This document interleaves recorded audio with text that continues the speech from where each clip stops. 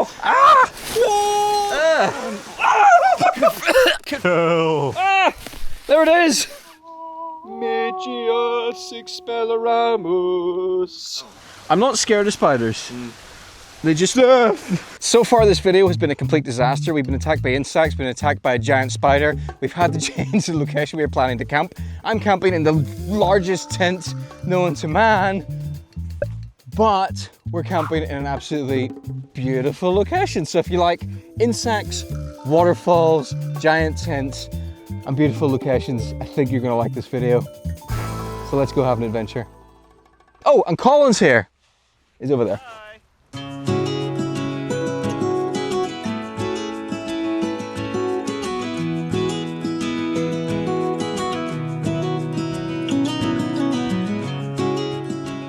I might be about to do something incredibly stupid.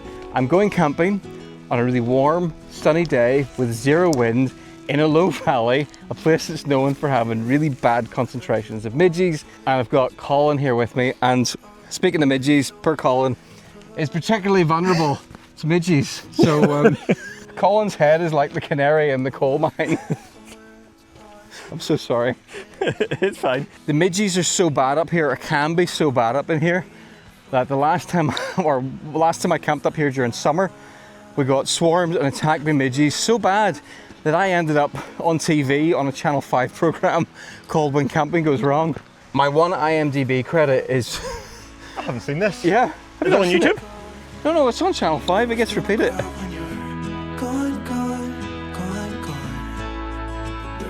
All right, Colin, bring the camera. One of the reasons to bring somebody with you when you're making videos outside is they can hold the camera and you don't have to set your tripod. You get a free lunch out of it though. That's true. You did get free lunch. Thank you very much. Before we go pitch up and camp, we're hoping to find a legendary swim/dip spot up here because it is over 20 degrees Celsius and I'm sweating buckets. So warm.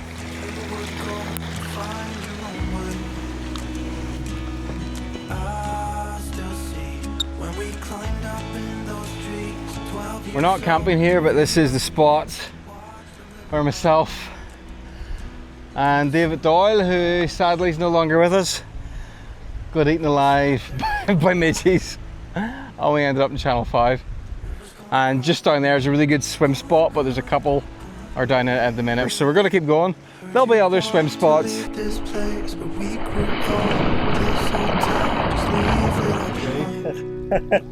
2, 1.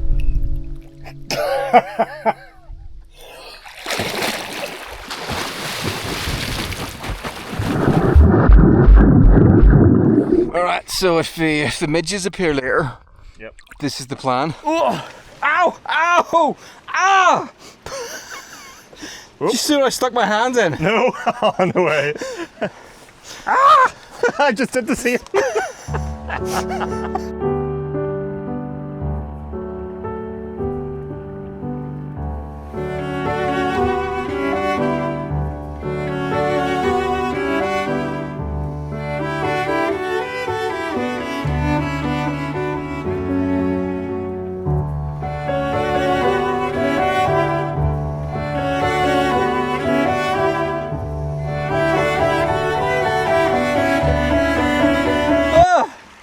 What is this?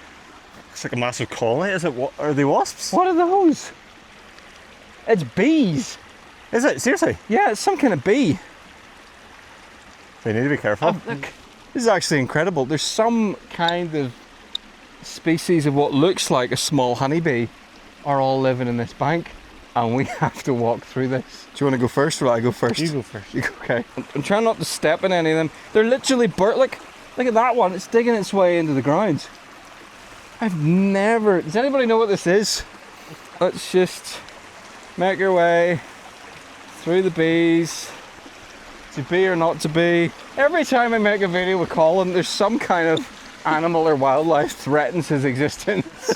The bad news is I stopped in the shade for 5 minutes and I got bitten by midges almost immediately. This does not bode well when the sun goes down later. Confirm it's making a lot of smoke. The midge is a sneaky creature. It hides during the day when the sun is out to lull you into a false sense of security, and then as soon as the sun goes away, it comes out and eats you alive. I think I'll just hope that this is going to be our lucky day and the midges won't turn up tonight.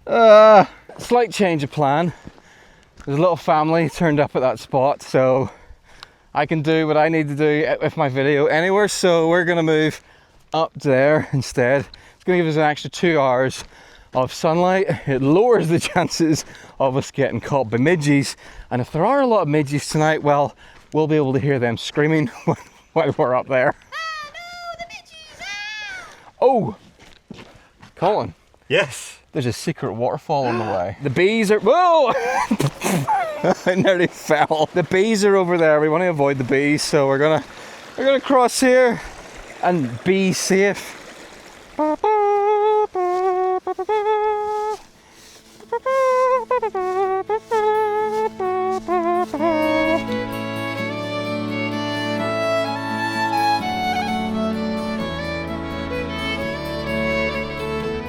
Secret waterfall. It's just in here. You gotta get down into this gorge. Like, you see it already? Oh yeah, yeah. Cool. No! Oh no! Was that a spider? I just walked through a spider web with a big no, dead no, fly in the middle of it. Gross. And then the fly stuck to me. Oh, there's another one! Did you see the size of that spider? There it is. I'm glad you're going first. Screamed like a girl. Look at the size of that thing. One of those landed on her in Connemara. I mean, you're gonna get Australians commenting and saying it's going straight for my hand. It's got no fear. Okay, it's slightly less scary. Right, I'm just gonna deal with it. Oh, okay. I'm fine. I'm fine. It's going up my arm. Wow. I'm not scared of spiders. They just it's just their sneaky crawly nature. Oh, the spider attack triggered the incident alarm in my Garmin. Look at this. Cool. Yeah.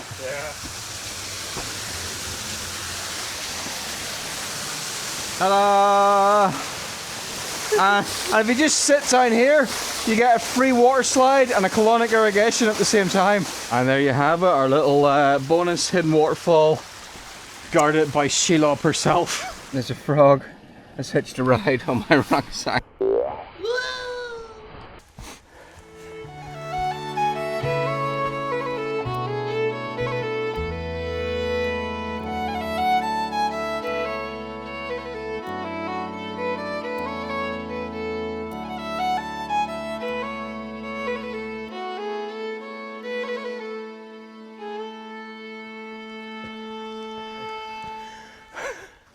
One of the best spots in the Mournes, and nobody camps up here for two reasons. One, it's kind of tricky to get to, and two, the ground up here is normally like a marsh.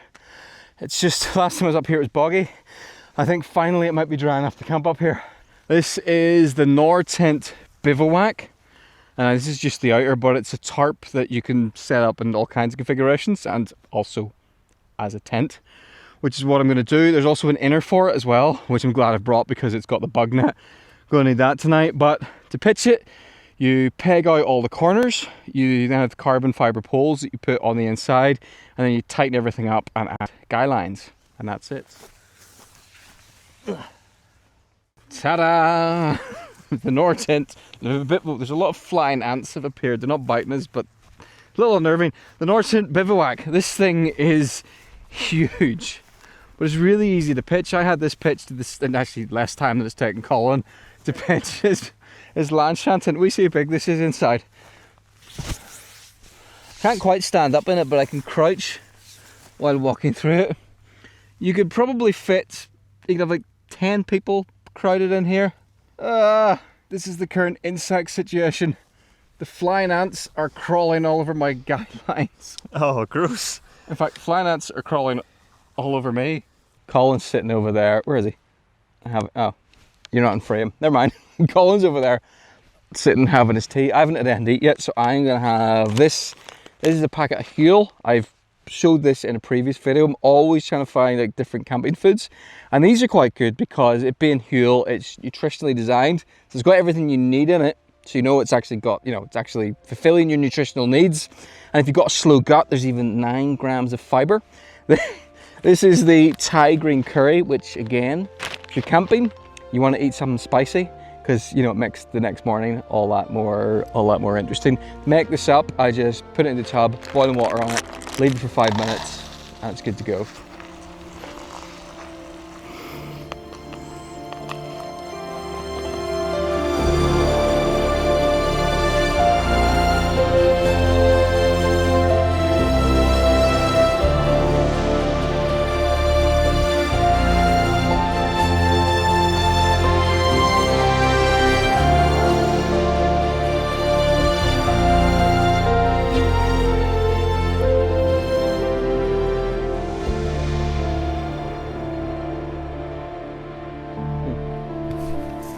Wasn't for the fact that I'm getting eaten by insects, this would be a perfect evening. There's one inside my ear. Midges find you from the carbon dioxide that you breathe out. They can spot you from something like half a kilometre away. It's insane distance, and then they kind of zoom in on you. Yeah, I think the Thai green curry might be my favourite one. This actually works out significantly cheaper than... Just drop that on myself. Oh, my leg is burning. This actually works out cheaper than buying those dehydrated camping meals, because you buy it in bulk and it ends up being quite inexpensive per meal. If I need more than 400 calories, bring along like a tin of tuna or some sausage, chop it up, chuck it in. You bulked up your calories without spending that much more money. Thanks to Huel for sponsoring this video. They've sponsored a couple of videos now, and is a tasty, tasty sponsor indeed. So if you want to get some, I've got a discount code down in the description, and there's a fly in that. Protein. I have a secret weapon against these midges, but we're gonna have to go and find a rock. We'll find what looks sort of like an infinity pool. So if you're right down in the water, that's gonna be the view. We've just found another waterfall and another pool. You're in the way. Look at that. We're creating the Mourne aquatic resort. We've got our infinity pool, we've got our therapy waterfall. This is the chilled plunge pool. Yeah, that's perfect. Alright. Right, we're back up, immediately eating alive by midges. Here's our best plan to keep them away. I've got a fire log that I've broken into 3 pieces. I've got this rock and I've got this little stove so I don't scorch the ground. And then I've got a lot of damp grass that I'm just going to set on the top. Light the fire log, and hopefully this makes a huge amount of smoke. Well, I can confirm it's making a lot of smoke. I could put some of the citronella coils on top of it as well. This is the ultimate midge repeller. There's so much smoke. Ah, yeah. It's working. They're gone. Yes! Take that! I'm a genius! It's going to create no damage to the ground, minimal risk of fire as it's now late in the summer and everything's damp, and a big pile of smoke for minimal effort. This is honestly one of the best things I've ever done. Midgetes expelloramus, no bitus asmokius. Top work. It's not funny. Something funny just happened. Right, so we're sitting here. We were sitting here, kind of on the edge of quite a steep drop here, having a chat, having a conversation, and I was telling Colin all about how I really like my insulated jacket. It's so versatile. I went and I got it and I rolled it up, and I set it here, and I was sitting on it, and then Colin said, "Oh, we're getting eaten by midges. Let's get the smoke bomb going again." So I went off. And just in time to hear something rolling, and I turned around and my jacket in its stuff sack rolled off the cliff and disappeared into the darkness. I think I've spotted it. I'm going to go down and see if I can find it. I think there is a safe way down. Looks like a way. Oh, it could have gone anywhere. More along? Yeah. Okay. There's a lot of really deep crevices up here. I'm needing to watch where I step my feet, otherwise I'm going to end up down a hole. Ah! There it is! Ah! Yes! I found it! Well, that provided some entertainment for 15 minutes. Right, let's just set that down in the hollow. Yeah, I put it there and did that, and I think then when I let go, Let's see if it goes again. it gradually sort of expanded and turned circular and then just rolled off into oblivion. I had the idea that this would be a nice, relaxed, low energy adventure. Alright, ladies and gentlemen, welcome to my enormous tent. To give you an idea of just how big this tent is, I'm going to go all the way to that far end.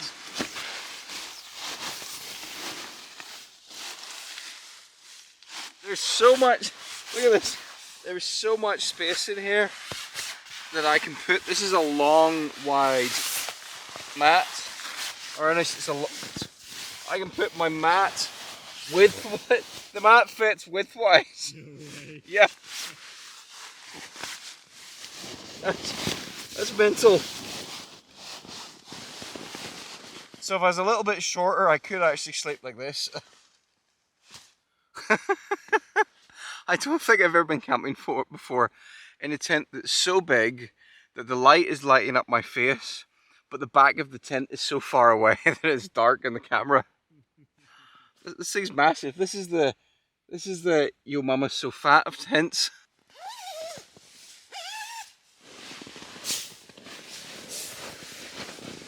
Oh, it's so comfy. Luxury.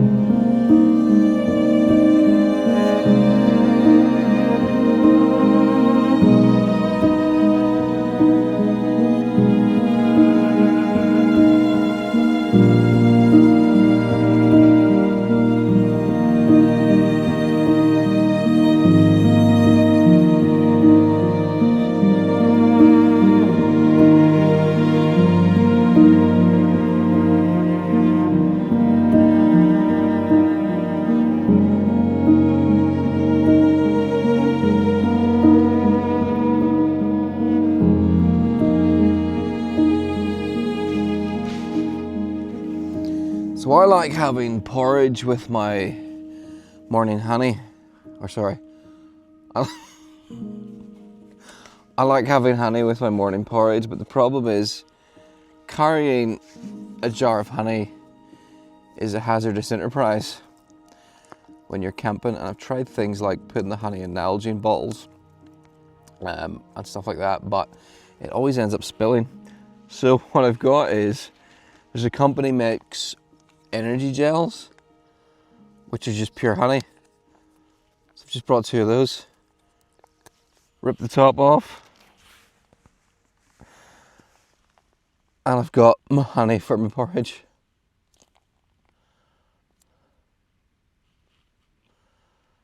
Colin, I just can't get over how clever I am sometimes. I know, Stephen. There's a bit in it where they spoof the chest burster scene in Alien, but the baby alien comes out doing a singing and dancing routine. So, thoughts on the giant tent? We'll start on the inside. Tons of space. Absolutely tons of space in here. And look, you can open it up at both ends. So I've got that view out that end, and I've got that view out that end. It lets in a ton of light. It's very, very thin, so The moon was out last night and it was so bright it was making it seem bright in here. These are the carbon poles that keep it upright. Now when there was a breeze came through it was quite flappy because you've got these really large sides on it that are obviously just going to catch the wind. Although there are guy out points, so you can reinforce that quite a bit more and stop it flapping. So the crazy thing is this entire setup I think weighs less or about the same as my North Tent Vern 1, which is a 4-season winter tent, and this has literally about 4 times as much space in it. So it's a little bit ridiculous, but it worked well for me tonight on this really calm night. But what I really want to use this for is much later in the year. This,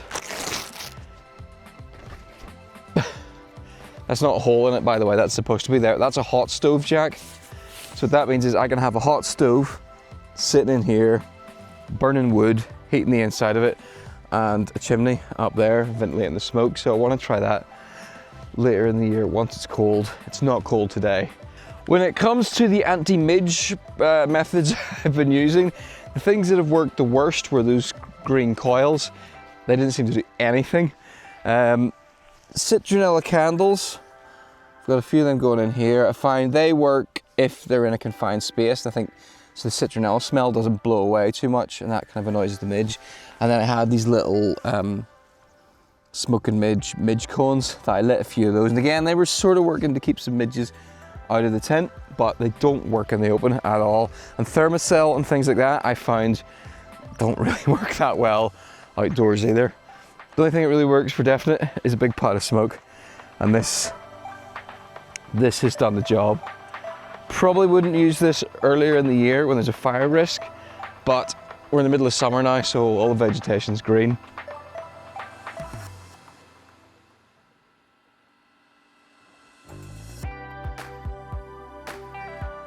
Right, packed up stuff. I'm using the Xped Skyline 45.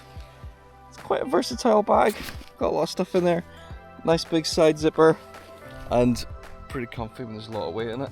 It's now, I don't know, 7:30 a.m. and it's about 20 Celsius already. It's so warm. So I think we're gonna get packed up and go and jump in a river. Jump in a river? Whoa, that's exceptionally cold!